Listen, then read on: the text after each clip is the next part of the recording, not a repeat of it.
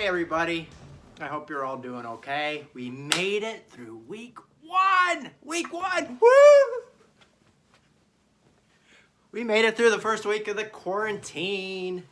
And I know that we gotta celebrate little things here. We gotta take it one day at a time, 1 week at a time, and not get overwhelmed with everything ahead of us. So I want us to celebrate a little bit about the fact that we've accomplished 1 week. In fact, think of it as like a staycation. This is your spring break.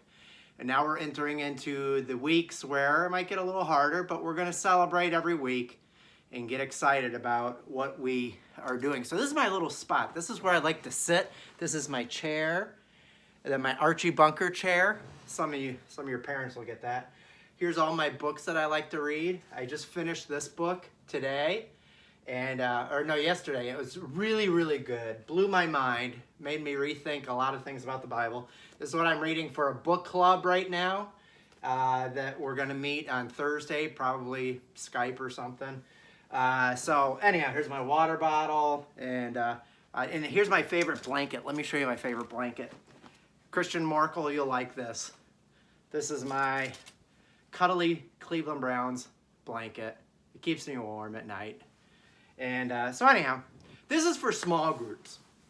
I know that we're not meeting tonight, but you can still get together in different ways digitally. You can get together through Zoom or group chat or whatever. So I encourage you as a small group to take some of the questions that I give you at the end of this video and talk about it.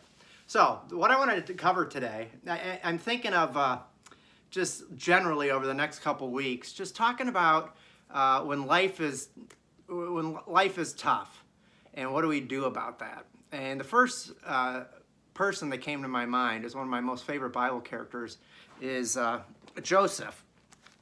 And with Joseph, he's a very interesting character because he had a pretty good life where he was like the baby of the family, and his dad really favored him and loved him. And he had a bunch of older brothers that really resented him and despised him.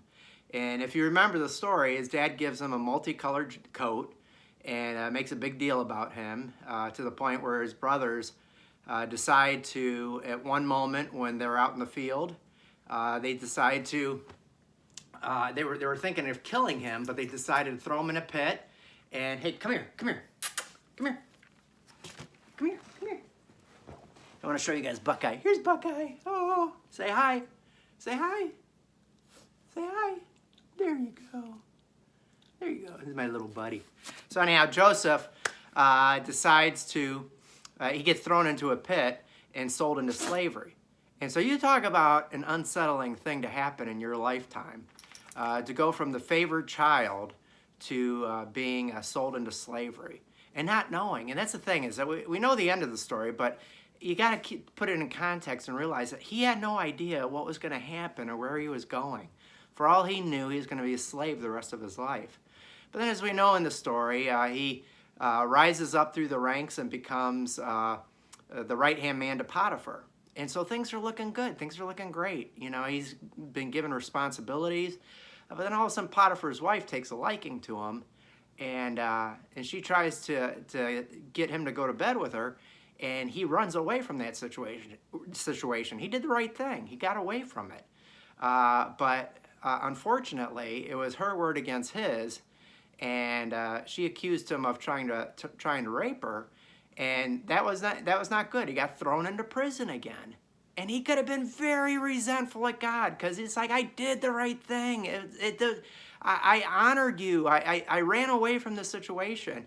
And once again, he had no idea how long he was going to be in prison. In fact, he interprets a couple dreams by a couple guys down there with him. And as they were freed, Joseph told him, hey, remember me. Try and get me out of here if you can say some good things to the Pharaoh about me. And they forgot about him. And he ended up being in jail for 2 years, in prison for 2 years. Until the king had a dream that he needed it to be interpreted, and one of the guys remembered, oh gosh, there's this guy in prison that interpreted our dreams and it came true. As they pull him out of prison, clean him up, and he interprets the Pharaoh's dream that there's going to be 7 years of plenty and 7 years of famine. And that's exactly what happened, and the Pharaoh was so impressed with Joseph that he put him in charge of everything, made him second in command of everything of Egypt, and Joseph began a plan of harvesting all the food that they could so they would be prepared for the 7 years of famine. As a result of that, during the famine years, he was able to take care of the Egyptians as well as many other people, other nations around the area, to the point where his brothers come into the story again. And they realize there's food to be had in Egypt. So they travel to Egypt to get some food. And what was interesting is they didn't recognize Joseph because he looked like an Egyptian. But Joseph recognized them because they still look like nomads. They look like shepherds. They look like older versions of the brothers that he remembers. So he toys with them for a while until he finally reveals who he is. And then he invites them to move to Egypt, to go back and get their father and move to Egypt. And he takes care of them. He takes care of them. Well, now, later on in the story, their father dies. And the instant reaction of the brothers was that Joseph now is going to kill us, because Dad's out of the way and he can do whatever he wants. So we pick up the story in Genesis chapter 50. Oops, I closed my Bible. Genesis chapter 50. It says this. When Joseph's brothers saw that their father was dead, they said, "What if Joseph holds a grudge against us and pays us back for all the wrongs we did to him?" So they sent word to Joseph saying, "Your father left these instructions before he died. This is what you are to say to Joseph. I ask you to forgive your brothers and the sins and the wrongs they committed in treating you so badly. Now please forgive the sins of your servants of the God of your father." When their message came to him, Joseph wept. His brothers then came and threw themselves down before him. "We are your slaves," they said. But Joseph said to them, "Don't be afraid. Am I in place of God?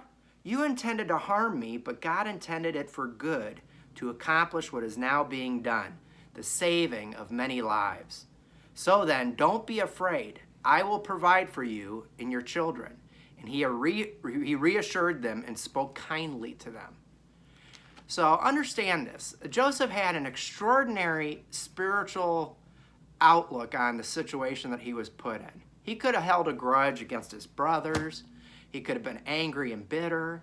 He could have been upset and wanted to fight back or kill them, have them executed. But instead, he saw that there was a much bigger picture of something going on, where God was